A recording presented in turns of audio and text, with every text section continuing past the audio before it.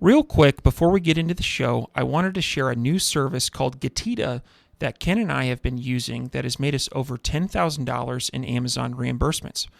The service requires no monthly subscription, and Getita collects a small percentage of the money they recover for you.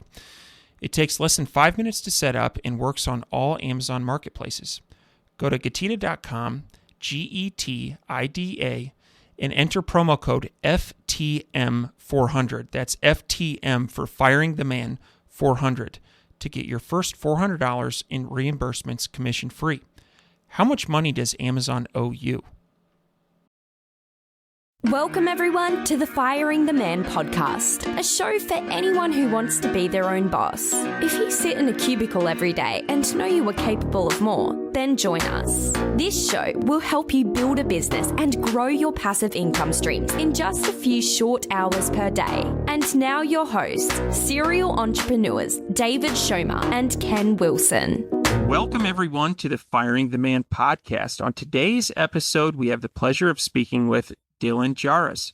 Dylan is a top 0.1% Etsy seller with over $1.5 million in sales and the creator of the Ultimate Etsy course. She also offers one-on-one Etsy coaching and hosts the podcast Etsy Seller Success with Dylan Jahraus. Dylan's insights and strategies have helped countless entrepreneurs thrive on Etsy. Today, we'll dive into her journey, explore her success tips, and learn how to excel in this online marketplace. Let's give a warm welcome to Dylan. Welcome to the show. Thanks for having me, guys. I'm really, really excited to be here. Absolutely. So to start things off, can you share with us a little bit about your journey and how you became one of the top 0.1% of Etsy sellers? Yes. So my background, I'm from the Midwest. I studied business in college and then did a program in buying and product development and went on to start in corporate e-commerce. So I was working for Zappos, they're owned by Amazon. That's where I got started when Tony Hsieh was there, and then went on to Zulily, which is totally different business model, flash sale, very, very different. And I learned a lot, married someone in the military though. You move a lot. I didn't really expect that. It's hard to grow and climb the corporate ladder when you're moving every 6 months to 2 years. And people like that, right? So basically I thought, okay, I'm gonna start some side hustles. How can I at least cover my living expenses this way? So I was dog walking, I was house sitting, and then I threw up a picture of something from my wedding on Etsy. And I just thought, oh, I'll just put up one picture, couple words, and 2 months later it's sold. I thought, oh no, how I have to ship this thing and and make a new one because it was a custom item. And my husband and I, we figured it out. He's more of the engineering mindset. He's a submarine officer. So we figured it out. By month 4, we're doing over $10,000 a month. And that was 8 years ago. So it's really what it took was applying what I knew from corporate e-commerce to Etsy. And that was what it took. That's awesome. Thanks for sharing your story. And first question I have, so if someone's listening to this and they want to start a side hustle or if say they have an e-commerce brand and they're selling on Amazon or eBay or whatever, and they just want a new marketplace, what are the first couple of steps that they need to take to start selling on Etsy? Yeah, so Etsy, it's going to be totally different than Amazon. Totally different. Different customers, different strategies. You own your brand in a much different way on Etsy. You also own your policies, which I love. Hello, no returns. That's my favorite thing. Yeah, you own your policies and you own your brand. And whereas people say, oh, I got this thing from Amazon, with Etsy, they know your shop and they come back to your shop in a different way. Typically with Amazon, they're not looking up the seller and trying to find their shop. It can even be hard to find a seller's actual brand shop on Amazon. So Etsy, it's just totally different. I would say things you can leverage with the platform, but you want to think about this differently. You're not just thinking about product and price point. You want to think about customer. And this is because with Etsy, there's many different customers coming to Etsy. It's a lot of women, but they do shop for men. So, it's not just women's products. There's digital products, print on demand, handmade supplies. In Etsy last week or 2 weeks ago, they came out with new categories that really open up the world for new products. So a lot of opportunity on the table right now, but you want to start with your customer first with Etsy. So who you're selling to, and you can target multiple customers in the same shop. But what this is going to impact is your SEO. SEO on Etsy, totally different than Amazon, totally different than Shopify. You have to master this in order to be successful on Etsy. But once you get it down, it does become intuitive. So for example, if let's say you have 2 products on Amazon right now, you could literally take those 2 products and create 30 listings from each one on Etsy. And you're just targeting different long tail keywords with each listing. So ton of opportunity. It's probably one of the lowest barrier to entry platforms, one of the easiest to get started on. And I think everyone should be on Etsy if you're trying to build a brand. Very nice. I want to make sure I understand the one or two Amazon listings to 30 Etsy listings. So what, say we're selling a memorial plaque on Amazon. How does that, can you describe that process, what you're talking about? Yes. Yeah. So let's say you're selling a memorial plaque, and on Etsy, if you take that to Etsy, you would basically, let's say, position it for many different types of customers. So one might be, focused on SEO around cat memorial items, like people who lost their cat. One might be around dog. One might be around miscarriage or infant loss. One might be around, a gift for, let's say, your mom who lost her husband. One might be selling B2B to funeral homes. Like all of these different types of customers you can target on Etsy, different listings. I got it. Okay. I got it. I really like that. I really like that perspective. You alluded to it a little bit, but it does seem like there's a different type of shopper and a different type of product on Etsy. And so can you talk about kind of the typical customer avatar and then what types of products tend to do well there? Yes. So with Etsy, I would say the best types of products would be personalized. So personalized products, and it doesn't have to be where you're adding a name or a date or an address. It could be personalized in the sense where they're choosing the material. They're choosing if it's a wooden frame or an aluminum frame. They might be choosing the size, right? It's, an 8-inch name sign or an 8-foot name sign. So choice. Etsy customers want that choice. And that's where you can get really competitive as well. If you nail how to convert people and how to offer choice without overwhelming them with choices, I think people think, oh, I'll give them, 50 color options. Your conversion rate's going to die if you do that. So, being strategic in how you offer choice, it's a playing field. It's a competitive advantage. So giving the choices, not too many, and personalization. Etsy customers, they don't expect things the next day. Amazon, it's like, Prime, what can I get tomorrow morning?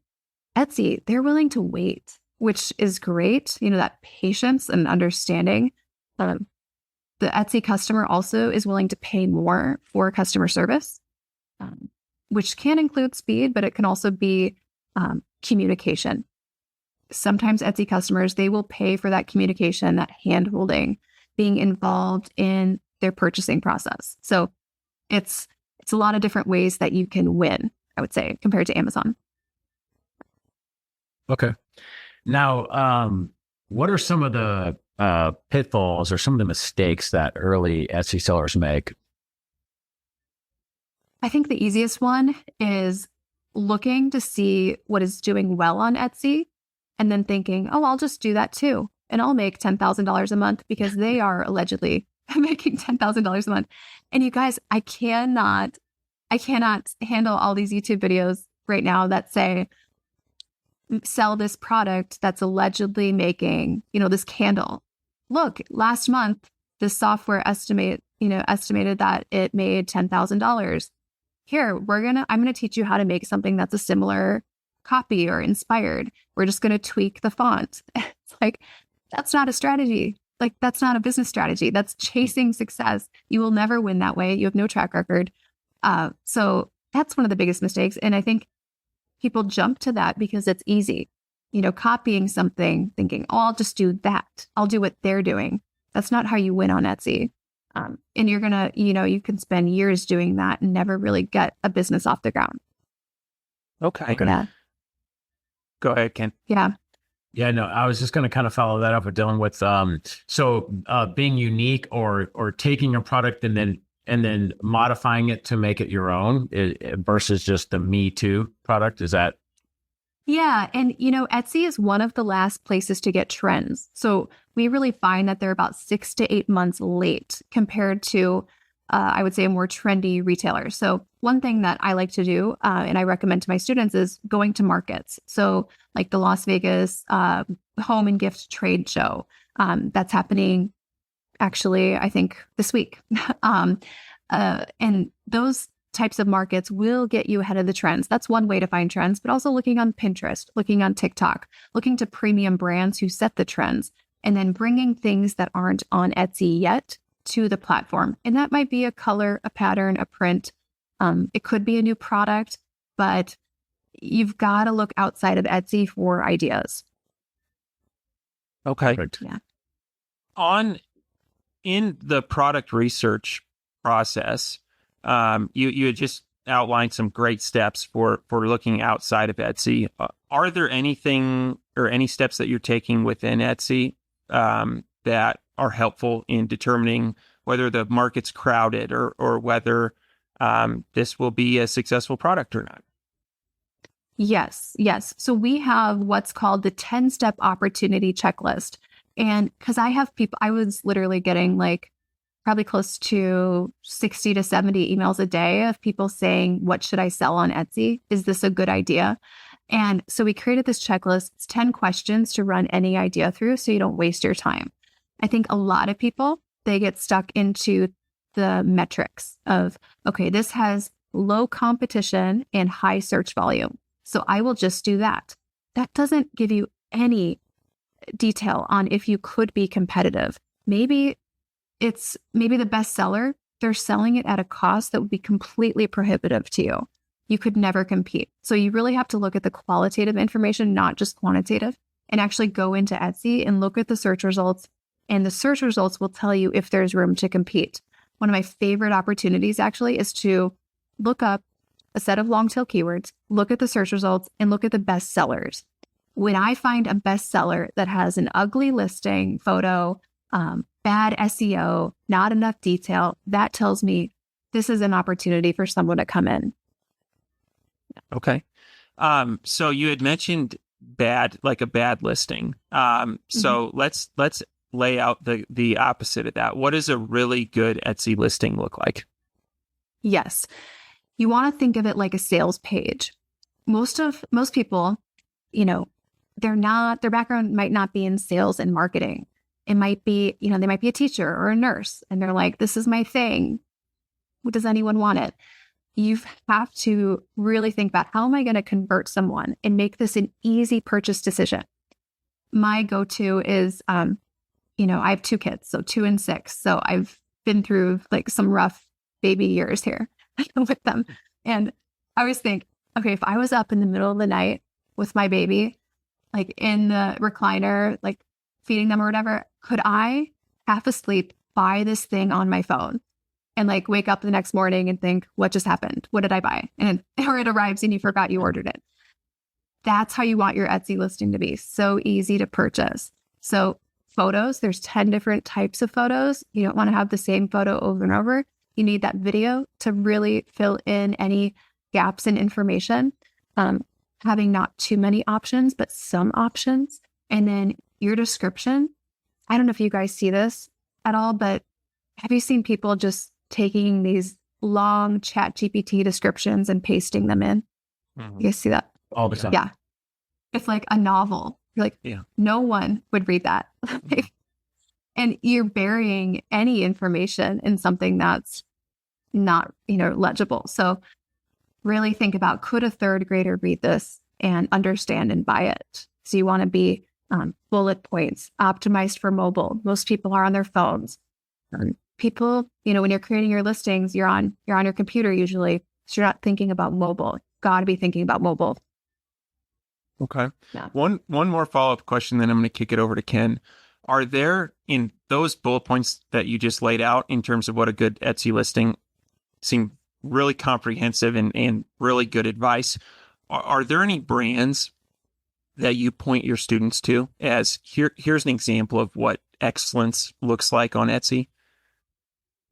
Yes. So it's funny because I really protect my students' success. So like their shops and everything, to me, they are a premium, prime example of what to do, especially when they just follow our layout. So some of them allow us to share their shops, which we have shared on YouTube. Some of them, very private. But yeah, I would say what you don't want to do, and, the Olympics are coming up. So this is kind of a pertinent analogy here. You don't want to look at what a shop that has 200,000 sales is doing today and copy that, because that's not what they did to get here. You want to look at a shop that is growing very rapidly, high order velocity this year, and look at what they did to get here. We're looking at people who maybe they were on Etsy 10, 12 years ago. It looks like they have a huge shop and that looks like they're doing really well, but what they're doing today, it's not what got them there. So that's why I hesitate to tell people to look at other shops, because it's not telling the whole story. Yeah, fair enough. So a follow-on question, a couple of them actually. So now that, you've got a perfect listing, you followed, Dylan's advice, hey, my images are dialed in, my copy is mobile, I could order this at 2 a.m. when I'm doing whatever. And so now it's like, how do you get eyeballs to that listing? And so can you give a couple of tips on SEO and then a couple of tips on Etsy ads? Yes. So we are actually in the process of developing an SEO software. It's actually created. And we are working on the landing page for it now to for people to opt into it. But SEO, I think people spend so much time on it. And if you don't have a background in SEO or in marketing, you could spend years trying to figure this out. And it's different than Etsy. It's different than Amazon. It's different than Google. It's going to be different than what you want on Shopify.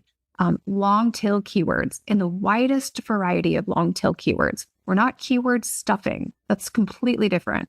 We are looking at the widest variety of long tail keywords. So you're not competing with yourself. I see people put the same SEO on every listing and they're wondering why do I have 5 views lifetime? It's like, that's why. So wide variety of long tail keywords. You need SEO in many different places. It's not a title. SEO is not a title. It's about 10% of your SEO. And don't rely only on Etsy's traffic. You have to drive traffic through things outside of Etsy, social media being a big one. So it's kind of like when you're getting started on Etsy, it's kind of like pushing a truck out of the mud. Okay, it's stuck. You have to give it a push. Just slamming on the gas is not going to get you out. You've got to give it a push. It's some, manual elbow grease, whatever, sweat equity. It's so worth it though. Okay.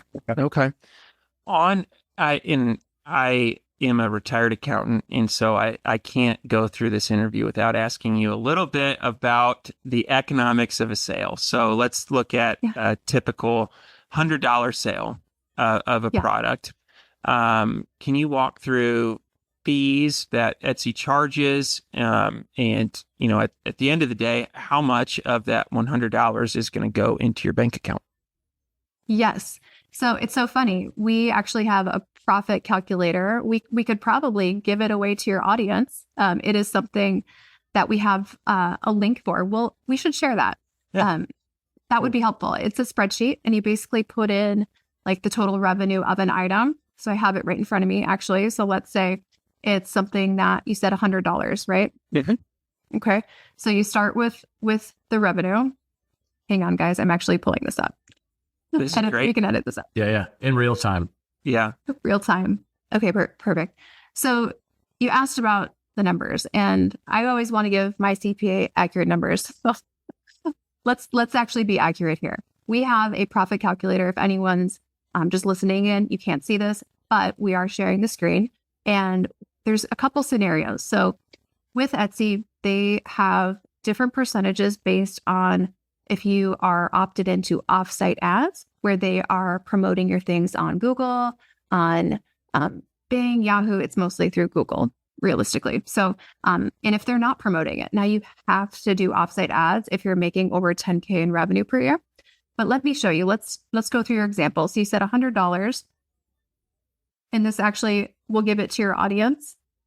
This profit calculator, it calculates everything for you. It will tell you the Etsy fees on that revenue based on if there's no offsite ads, if there's offsite ads, and you've manually turned that on, you're making less than 10K per year, or if you are making over 10,000 per year.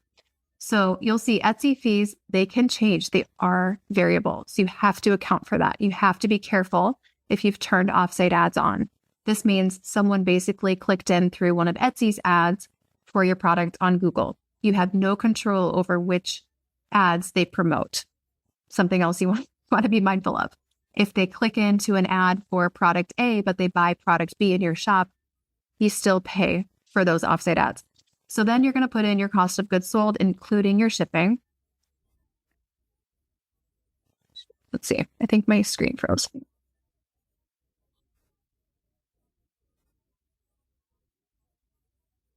I'm an excessive tabber. You can see here. This is too much. It's all good. My husband kills me for that. He's like, I could not survive like it. Let's see here. Interesting. I'm not frozen, am I? No. No, just No, your okay. screen. Sorry, guys.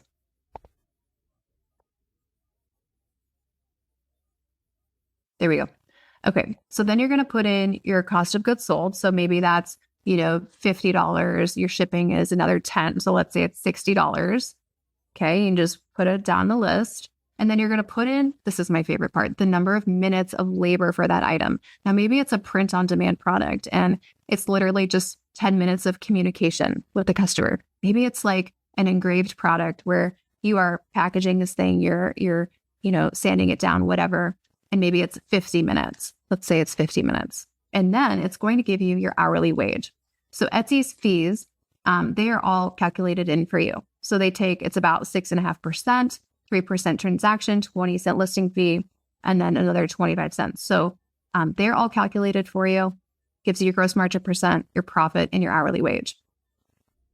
Sounds good. And so for our audience tuning in on audio, the kind of three scenarios: no offsite ads, we would be looking at 9.9%. Offsite ads where your revenue is less than $10,000 a year, it looks like it is 27%. And then if you have over 10K in revenue, it goes down to 25%. Yeah, exactly. So you are grandfathered in. Also, if you are over 10K in revenue and you had no choice in this. So it's all laid out for you here. We'll give it to your audience so they can use this in their pricing. Outstanding. And we'll post a link to that in the show notes. So to talk about the offsite ads, is that essentially the pay-per-click advertising? So this is different because you have no control over that. Okay. You are not, that Etsy ads would be different. So there's Etsy ads and then there's offsite ads. Etsy ads, you can turn on and off. You can set a daily budget. Now you cannot control what your maximum bid would be. You cannot control which listings you want to allocate more of the budget to. It's just a total shop budget, which is why we do not recommend Etsy ads. I mean, there's many more reasons. You'd be much better off with something like Facebook ads or going through Meta than Etsy ads. But really, we exhaust every organic method like Pinterest, Instagram, TikTok, Facebook, even YouTube before we touch paid traffic. Okay. And for the three categories that you had, do you opt in for offsite ads? If you are making less than $10,000, then it is a choice. You can opt in. If you're making more than that, you have no choice. Okay. Sounds good. Sounds good. All right. Over to you, Ken. Yeah, for sure. So So I think we've covered quite a bit: listings, how to get them dialed in, revenue calculators. Now, say you're a student, they've got their listing dialed in, they've got a bunch of products, and they're. So how do you get them to scale? So let's say they start making sales. They're like, oh yeah, I've got a couple sales coming in. How do you go from A to Z? Yes. So we always look at what the constraint of the business is. And I actually went to a workshop with, do you guys know Alex and Layla Hormozy? Yeah. Yeah. Yeah. So we met with them. It was 20 business owners last year. And at the workshop, we talked through with their team constraints in our business. And that's what, just identifying the constraint is so important. Sometimes it's going to be bandwidth. Sometimes it's going to be costs. It could be suppliers. It could be your turnaround time. It could be another competitor coming in. We always want to identify what's preventing you from 10xing your business right now. I find with my sellers, at least, it's usually a bandwidth issue first, just because it's usually one person. And then we get into the point of, okay, now it's time to hire your first employee. That's going to increase bandwidth and make this more scalable. It can also be an issue where maybe a source of traffic that was really strong is no longer as strong. Or maybe your ads were working really well and now they're not working well. So now we have to really lower the risk and I would say have a just wider spread of where this traffic is coming from. So we just identify where the constraint is, tackle that, and then move forward. What's the next thing that's preventing you from 10xing? I think a lot of people forget about adding new.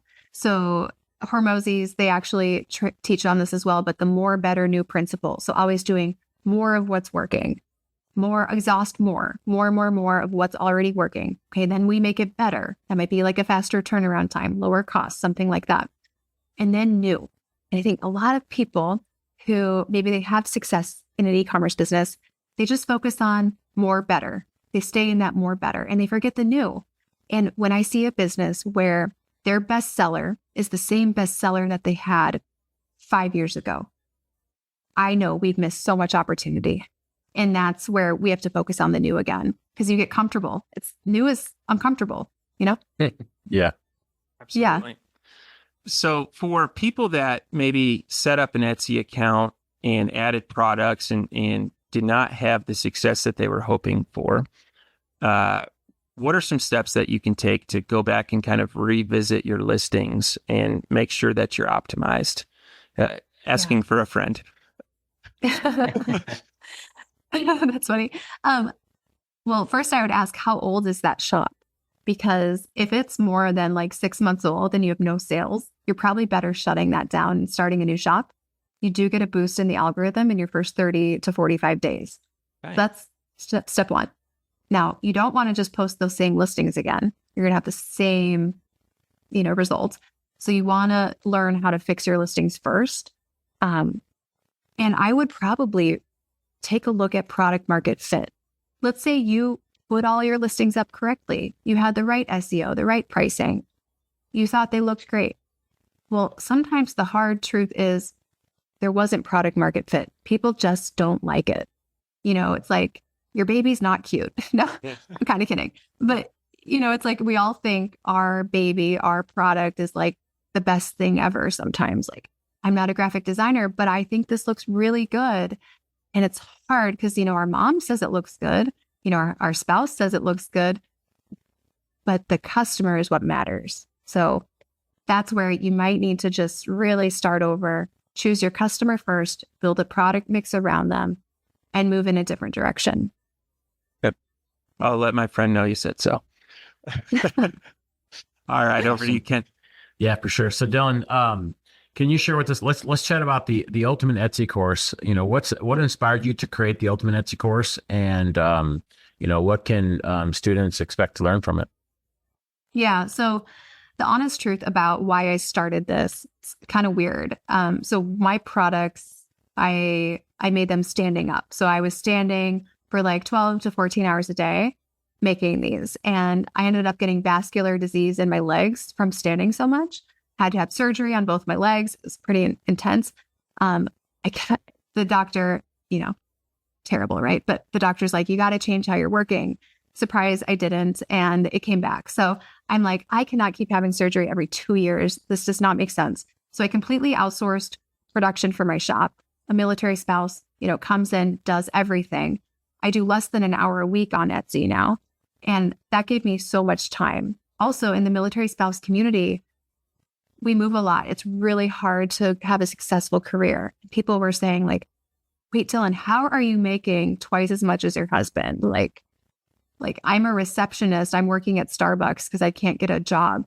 How are you doing that? And, I saw a huge need for learning real e-commerce strategy, real corporate e-commerce strategy. And so I started a YouTube channel to teach it. Took off. People wanted a course before I even had the course, built the course. We have 3,000 sellers now in that program in about 2 years, about 30 people in the company, and it's one-on-one private coaching. So hand-holding. You get 208 coaching calls, 24/7 access to me and my team. 7 days a week. I have a night crew in there coaching people. It's full support. But we really don't work with people who want to make less than 5,000 to 10,000. So it's really just for people who want to make something a little larger for their business.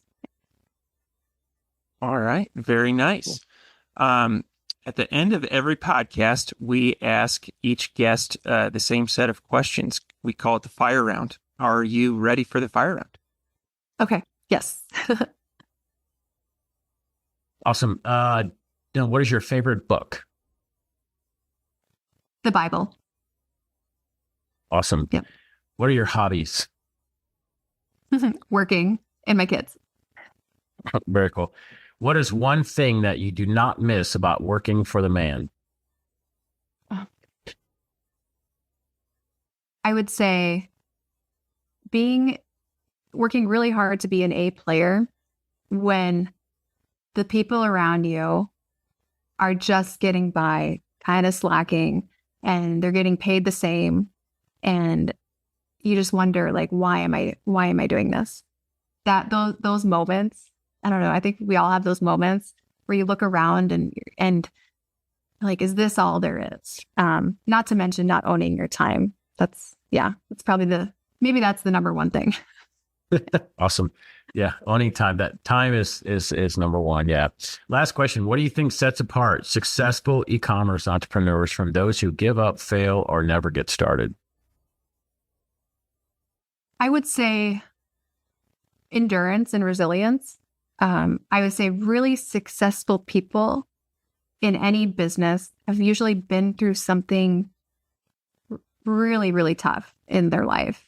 I don't know. I haven't met anyone who's like, super successful who hasn't been through something in their past. And I think that builds character and resilience, and that resilience will prevent you from giving up. People who go into e-commerce thinking, I'm just looking for a laptop lifestyle, passive income, they're not going to be successful. Like, we see it all the time, right? They try something for a month and then they quit.